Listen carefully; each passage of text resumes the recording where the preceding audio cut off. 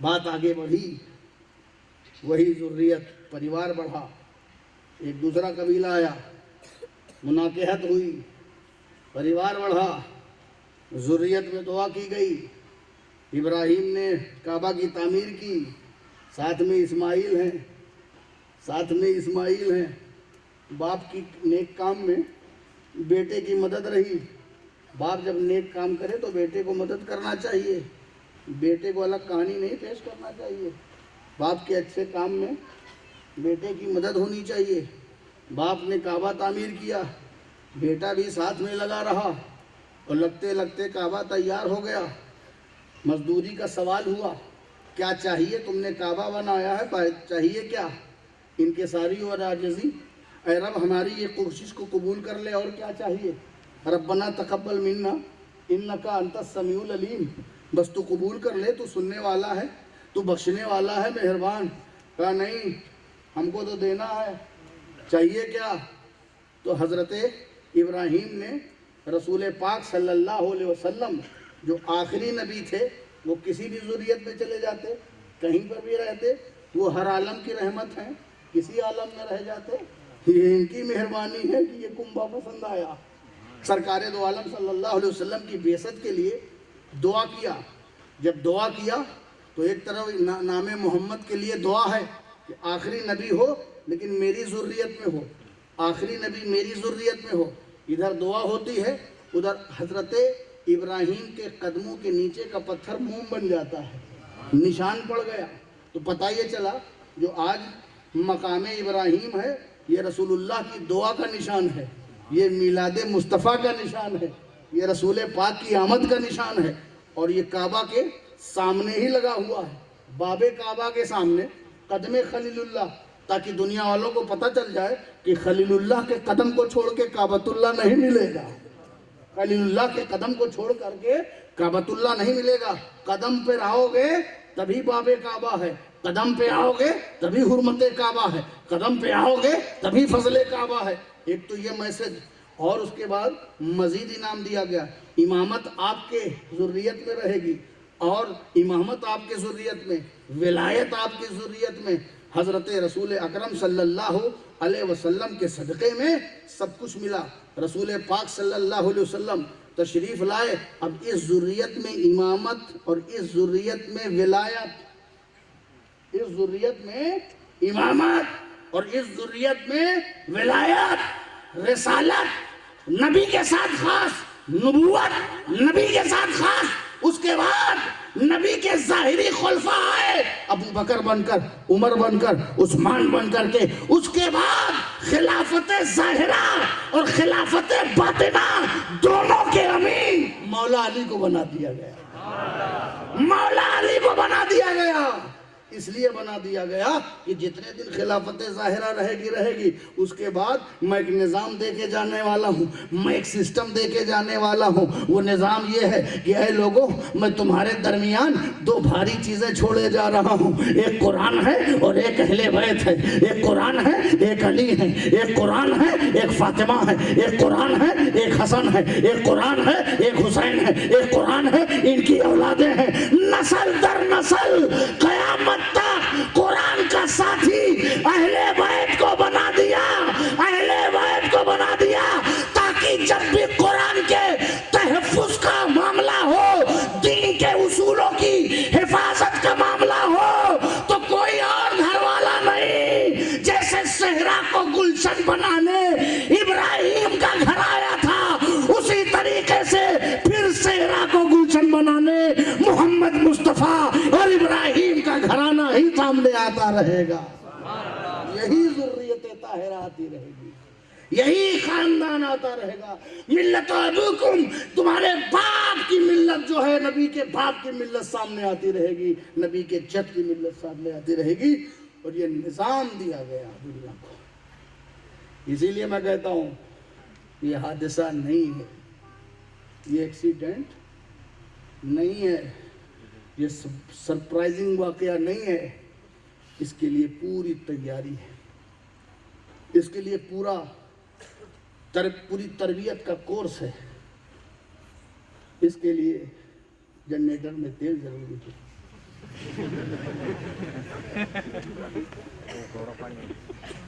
درود شریف پڑھیے، اللہم صلی اللہ علیہ وسلم نبینا شفیعنا حبیبنا مولانا محمد بارک وسلم صلاۃ و سلام علیک یا رسول اللہ۔ اب آئیے فضائل کے باب میں تھوڑا، حضرت رسول اکرم صلی اللہ علیہ وسلم کی بیٹی ہے، اور بیٹی ایسی، بیٹی کو تو سب پیار کرتے ہیں، بیٹی سے محبت کرتے ہیں۔ بیٹی سے محبت سرکار نے اس لیے کیا اور زیادہ کیا، سب سے زیادہ کیا، تاکہ لوگوں کو بیٹیوں کی قدر معلوم ہو جائے، کیونکہ یہ وہ وادی غیر ذی زرع تھی جہاں حجرہ کو چھوڑا گیا، اور پھر یہ وہ وادی غیر ذی زرع ہے، وہ صحراؤں کا سفر ہے جہاں بیٹیاں زندہ درگور کر دی جاتی تھی، گاڑ دی جاتی تھی۔ ایک شخص نے رسول پاک کی بارگاہ میں اپنا حال بیان کیا کہ یار، سرکار نے پوچھا تو اس نے تفصیل بتایا کہ میں اپنی بیٹی کو سجا کے، سنوار کر کے، اسے گہنے پہنا کر کے میں لے گیا بہانے سے۔ ایک متعدد روایتیں ہیں، اور پھر وہ مجھ کو بابا بابا کہتی رہی، خوش تھی کہ آج ہم کہیں جا رہے ہیں، کہیں گھومنے جا رہے ہیں، کہیں میلے میں جا رہے ہیں، اور وہ شخص اس بچی کو لے گیا اور اسے اندھیرے کنویں میں جا کر کے ڈال دیا۔ وہ بچی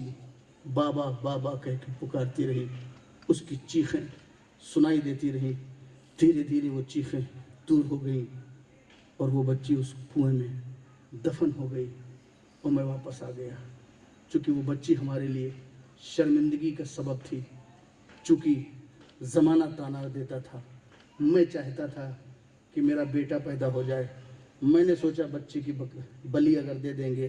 کنویں میں ڈال دیں گے، ریت میں دفن کر دیں گے تو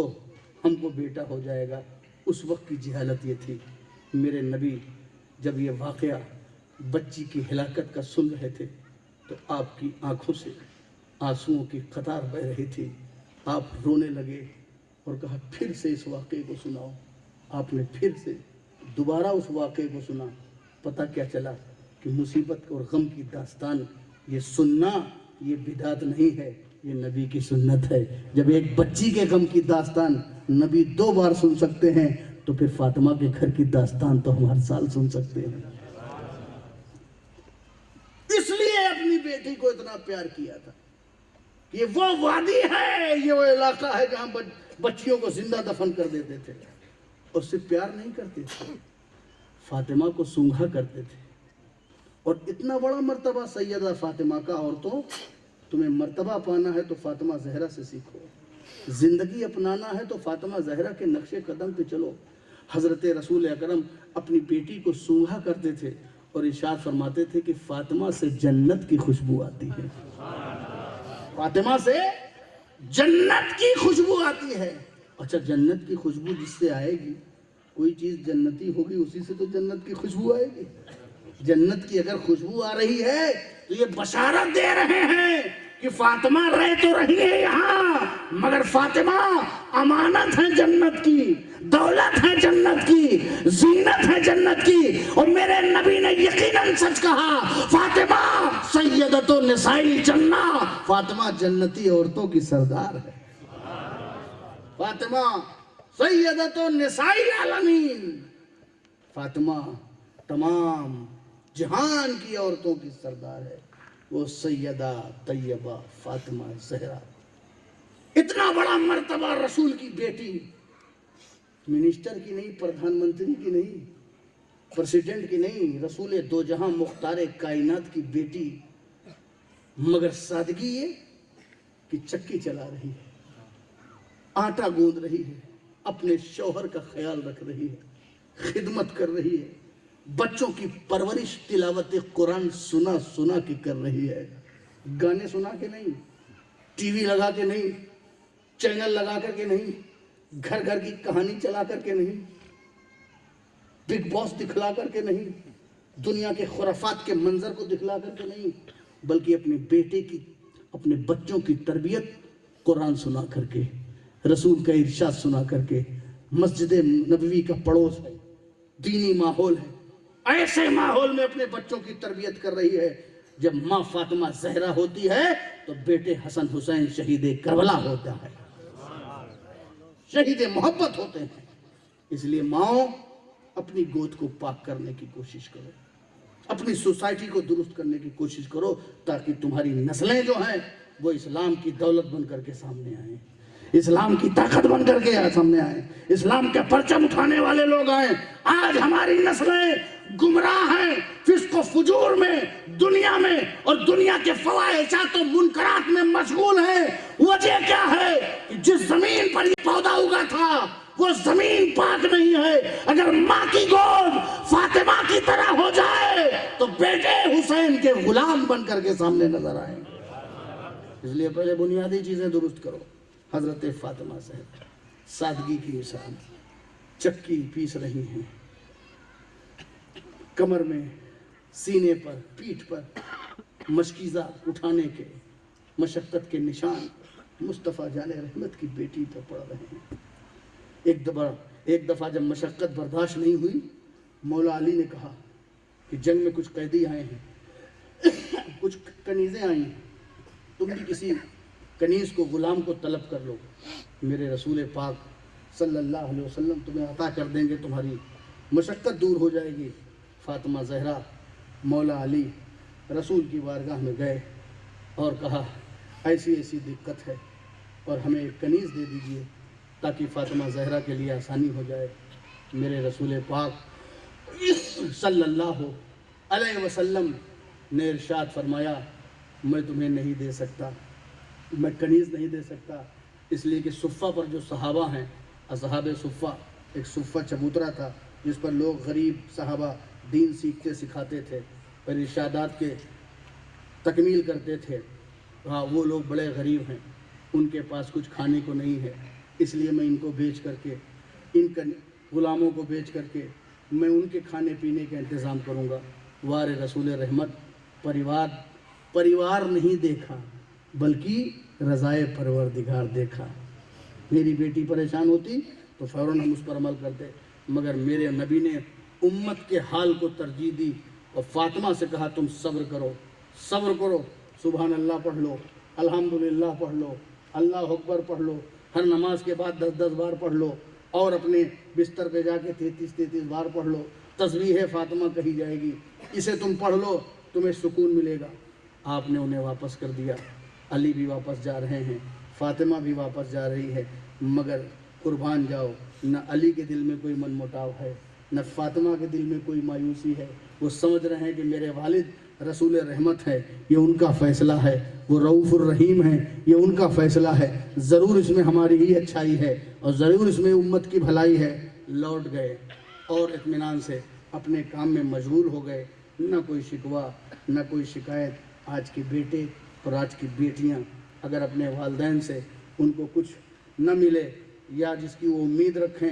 وہ نہ ملے تو گستاخ ہو جاتی ہیں، ماں باپ کی گستاخی کرنے لگتی ہیں، ماں باپ سے بدتمیزی کرنے لگتی ہیں۔ آج کی اولادیں ماں باپ کی توہین کرنے لگتی ہیں، مگر میرے نبی اور فاطمہ زہرا اور علی مرتضیٰ کا یہ وتیرہ بتا رہا ہے کہ جو بڑے فیصلہ لیتے ہیں اس فیصلے کا ساتھ دینا چاہیے، اختلاف نہیں کرنا چاہیے، انتشار نہیں کرنا چاہیے۔ رسول پاک نے لوٹال تو دیا تھا، لیکن جب واپس آئے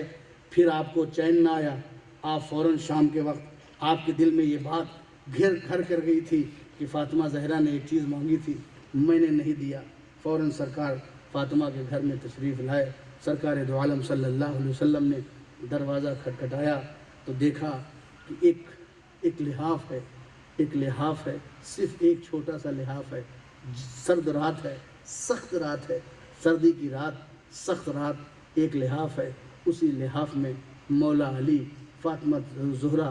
آدھا لحاف اوڑھے بیٹھے ہیں، سر کھولتے ہیں، سر ڈھکتے ہیں تو نیچے کھل جاتا ہے، نیچے ڈھکتے ہیں تو کھل جاتا ہے۔ رسول پاک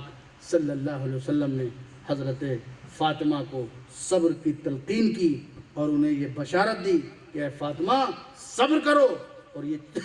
یہ تسبیحیں پڑھو اور یاد رکھو تم جنتی عورتوں کی سردار ہو، تم جنتی عورتوں کی سردار ہو، عالمین کی عورتوں کی سردار ہو۔ حضرت فاطمہ کو اطمینان ہوا اور حضرت فاطمہ اور مولا علی نے زندگی بھر اس وظیفے کو اپنے سینے سے لگا لیا، حتیٰ کہ صفین کے جنگ کے موقع پر بھی رات کو ایک حصے میں حضرت علی کو یہ وظیفہ یاد آیا، آپ نے تب بھی اس وظیفے کو پڑھا۔ لوگوں نے پوچھا یہ وظیفہ آپ نے کیا صفین کے جنگ میں بھی پڑھا تھا؟ مولا علی نے کہا ہاں، یہ وظیفہ تو وہ وظیفہ ہے جو رسول نے ہمیں عطا کیا، ہمیں ہمیشہ اس کا سکون رہا، ہمارے دل پہ صبر رہا، ہمارے دل پہ اطمینان رہا، یہ میرے نبی کا بتایا ہوا وظیفہ تھا، حتیٰ کہ میں نے اس جنگ کی رات، صفین کی رات بھی میں نے اس کو نہیں چھوڑا۔ تو دوستو اور عزیزو، جہاں رسول پاک صبر کرنے کے لیے کہیں وہاں ہمیں صبر کرنا چاہیے، جہاں میدان میں نکلنے کے لیے کہیں وہاں میدان میں نکلنا چاہیے، اس لیے کہ محبت کا یہ تقاضا ہے کہ رسول پاک کی اشارے ابرو پر اپنی زندگی کو قربان کیا جائے۔ ان کی محبت کا تقاضا یہ ہے کہ ان کی آل کی محبت میں زندگی گزاری جائے، اور آل کی محبت کا تقاضا یہ ہے کہ آل کا جو کردار رہا ہے اس کردار کی محبت میں زندگی گزاری جائے۔ رسول پاک صلی اللہ علیہ وسلم کی پاکیزہ آل نے جو زندگی گزار کر کے دکھائی ہے اور جو مقام گزار کر کے دکھایا ہے، ہمیں اس مقام اور اس مرتبے کے مطابق زندگی گزارنے کی کوشش کرنا چاہیے۔ یہی حضرت امام حسن ہیں، یہی حضرت امام حسین ہیں، یہ دونوں شہزادے ہیں۔ رسول پاک صلی اللہ علیہ وسلم